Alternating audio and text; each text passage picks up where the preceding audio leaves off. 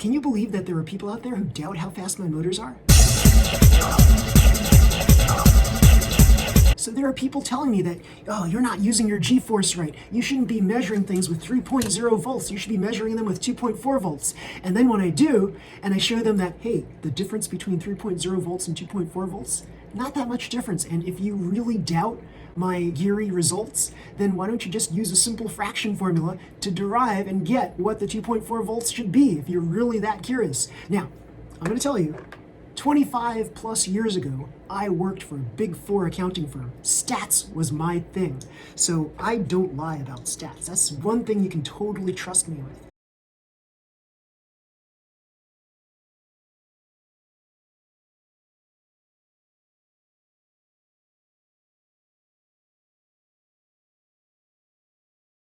So here we go. We're going to measure how fast my car is, one of my cars, using this speed checker. And of course, there are going to be people who will say things against the speed checker too.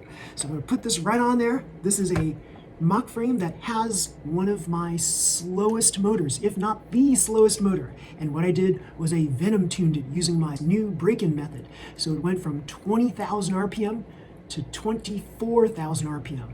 Now, we're going to see how fast 24,000 RPM engines go on the speed checker.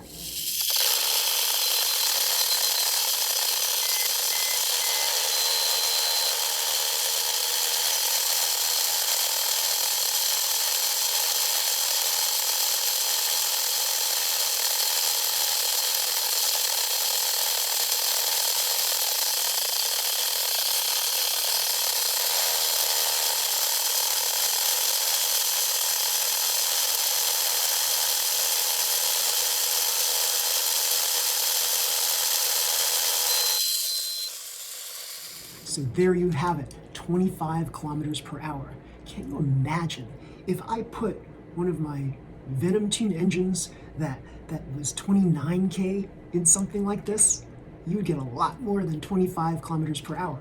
So I have a car called Phoenix, and I basically posted pictures of how it was 28 kilometers per hour. So my box stock cars really are that fast. Yes.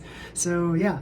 If you follow my Venom tuning box stock break-in method, your mileage may vary. You might be able to get what I can get, or maybe not. So here's the thing.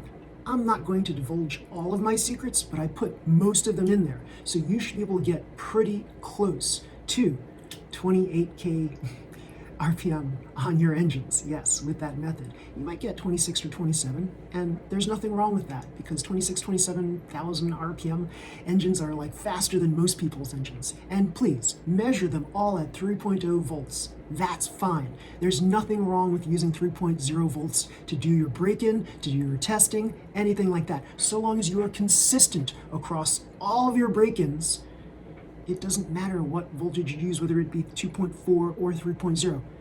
I think that using 3.0 volts is actually the best thing to use, not 2.4. So that's just my opinion. It's a girl's opinion, but it's my opinion. So if you trust me, you'll break in your motors with 3.0 volts.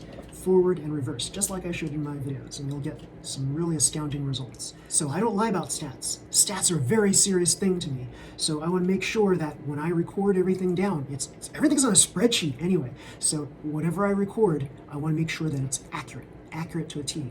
So yeah, that's why it's very important to me when I measure things using Geary, I make sure that I'm not just taking the peak levels and recording those. I take an average. And basically, if I see that a motor is going at 24,000 RPM for a consecutive 10 to 20 second time slot, that's good enough for me, and that means that that car is about that RPM. So in order for a car to be 24,000 RPM, to me, it's got to be 24,000 or above, right? If it's 25,000 RPM, it's got to be 25,000 or above. And it's got to be that for a consistent amount of time. That is the true measure of what RPM level is. You want to get that sustained level. You don't want to just measure the peak and say, oh, just because your car tapped out at 26,000 RPM, let's say, and then went back down to 24,000, then you label that as 26,000. No, you want a sustained level. So if it can sustain its level at 24,000, it's a 24,000 RPM engine. So if you like this video, please slam the like button, subscribe to my channel. You'll see more videos just like this one. Until next time, everybody, see you, bye.